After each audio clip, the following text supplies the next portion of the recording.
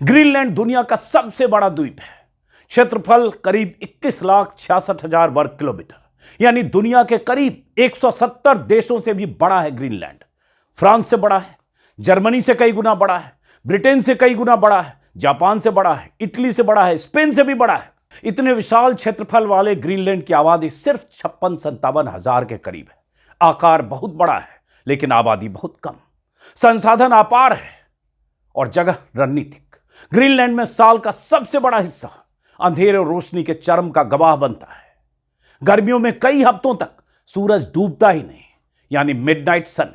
सर्दियों में कई महीनों तक सूरज निकलता ही नहीं, यानी पोलर नाइट। लेकिन इसका मतलब यह नहीं कि जिंदगी ठहर जाती है।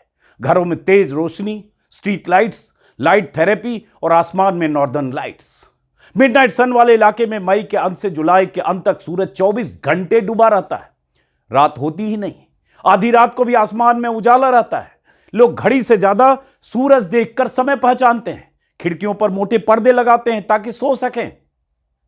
पोलर लाइट वाले इलाके में नवंबर से जनवरी फरवरी तक सूरज हफ्तों या महीनों तक नहीं निकलता है। उत्तरी ग्रीनलैंड का इलाका जहां 3-4 महीने तक सूरज नहीं दिखता, लेकिन इसका यह मतलब नहीं कि पूरा अंधेरा होता है। दिन में नीली हल्की रोशनी रहती है। बर्फ सूरज की पुरानी रोशनी को रिफ्लेक्ट करता है।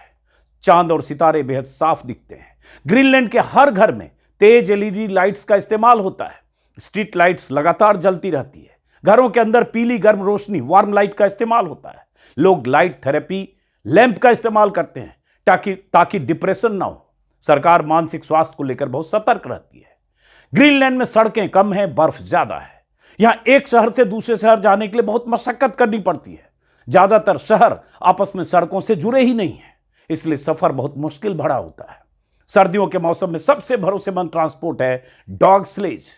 यह हजारों साल पुराना ट्रांसपोर्ट सिस्टम है। दूर दराज के लोग और मछुआरे आज भी डॉग स्लेज का ही इस्तेमाल करते हैं। इसके अलावा स्नो मोबाइल का इस्तेमाल होता है। लंबी दूरी के लिए हेलीकॉप्टर और छोटे विमानों का भी लोग इस्तेमाल करते हैं। इसके लिए डेनमार्क सरकार सब्सिडी देती है ताकि लोग सफर कर सकें।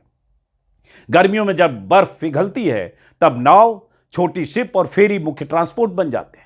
शहरों के भीतर छोटी सड़कें हैं, कारें हैं, बसें हैं, लेकिन शहर खत्म होते ही सड़क भी खत्म। उसके बाद या तो बर्फ है या समुद्र।